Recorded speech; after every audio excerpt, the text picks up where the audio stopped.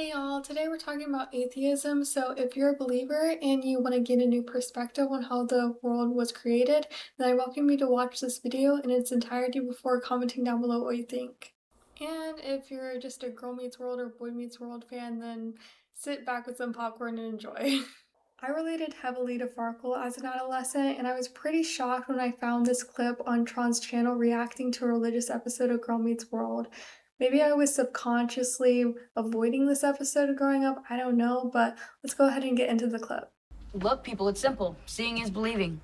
So you don't believe that Joan of Arc heard the voice of... God? First, you'll have to prove God to me. Okay. Okay, I'm right, or okay, you're actually gonna Take a try deep breath, Farkle. Oh, brother, this guy stinks! They do these really lazy analogies where someone goes, I don't believe in God because I can't see him. And then the religious person goes, you can't see air, does that mean it doesn't exist? The lesson they're trying to impart is that people should be free to believe whatever they want. But Farkle, the only firm non-believer in the episode, is never allowed to just not believe in God. I have a very similar take to Farkle. Imagine a balloon is being filled with helium until it explodes. The universe is what's being filled, and just because we can't see it with the naked eye doesn't mean that real elements aren't interacting. It's more plausible for the universe to have created vibration, sound, and antimatter, ultimately causing the Big Bang, than it is for a God to have created it, because then who would have created God to create these things? I'd like to break down how I believe the universe created itself. It's like how you can see the vibration of molecules rushing side to side in ice, liquid, and gas. The universe was incredibly dense, similar to how gas molecules will float, fly all over the place, and then dissipate. In essence, tiny vibrating strings of energy make up every particle in the universe due to how hot and dense it was pre-Big Bang. And the reason the universe was so hot is because all of the matter was compressed into an incredibly small and dense state. The universe was essentially hugging itself until it reached outrageous temperatures and the vibration spilled over. This created quarks, electrons, neutrinos, photons, and their antimatter counterparts, which was the building block of our universe. Einstein created the equation E equals mc squared to explain how energy and matter are interchangeable. Under the right conditions, energy can become particles and particles can become energy, which is exactly what happened during the Big Bang.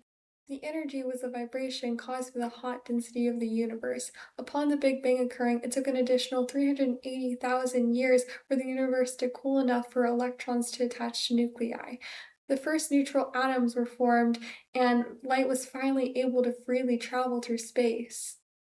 Yet theists are adamant that what humans' underdeveloped brains saw was true when going through what I see as mass religious psychosis, especially when psychedelics were used during the dawn of organized spiritual practice nearly 5,000 years ago. Along with this, supposedly God is here to teach humans in particular how to make it into his kingdom by being moral. Do you really think we're God's chosen ones? Or would this logic be due to us evolving as a species to the point we dominate the earth due to achieving major milestones as a species, such as becoming bipedal, learning persistent hunting, having opposable thumbs, the list goes on. We are not God's special creatures that need to be taught morals. We created these morals for the protection of our own species so we can stay at the top of the food chain. In short, to survive as an intelligent species, we must verbalize common courtesies to each other so as to get along and not kill each other off. These morals were created by humans who subconsciously understood this truth from living as early hominids in pack life, and now had the language to put the rules into writing. Comment down below which Girl Meets World or Boy Meets World character you relate with the most.